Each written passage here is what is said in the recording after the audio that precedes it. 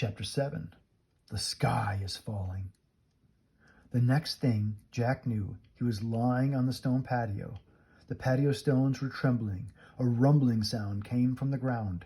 Jack raised his head. Annie was on the ground too. "You okay?" said Annie. Jack nodded. Everything was shaking and crashing down around them. Pots, plants, the mermaid fountain.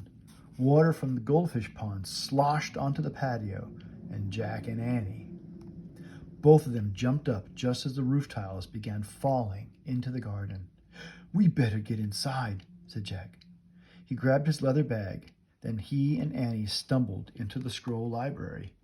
Giant cracks split the stone floor as Jack and Annie ran to a window and looked out.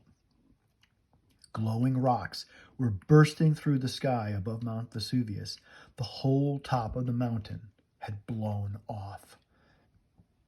"What's happening?" said Annie. "I'll check," said Jack. He pulled out the Roman book. He read aloud from the section about the volcano. When a volcano erupts, hot melted rock called magma is pushed to the surface of the earth. Once it gets outside the volcano, it's called lava. "Lava? That's like burning mud," said Jack.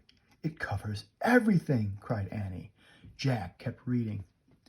There was no running lava from Mount Vesuvius. The magma from the volcano cooled so fast that it froze into small grayish-white rocks called pumice.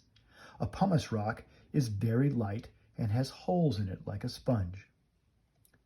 "That doesn't sound too bad," said Annie. "Wait, there's more," said Jack. He read on. A great cloud of pumice, ash, and burning rocks shot miles into the air. When it rained down on Pompeii, it completely buried the town. "Oh, man," said Jack. "This is a major disaster." "It's getting dark," said Annie. Jack looked out again. A thick black cloud was spreading over the earth like an umbrella. The sun vanished as the sky turned smoky gray.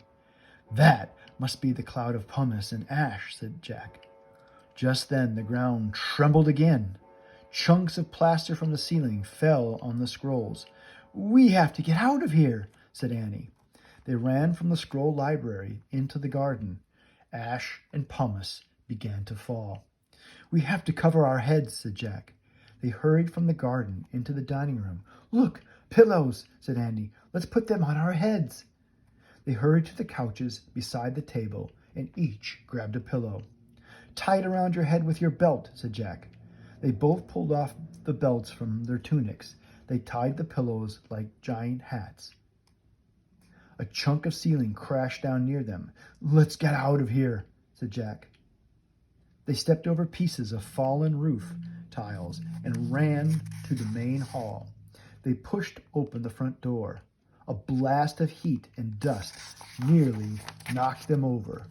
And when they stepped outside, pumice rained down on their pillow hats. "Run!" cried Annie. They ran from the vacation villa into the dark, burning streets.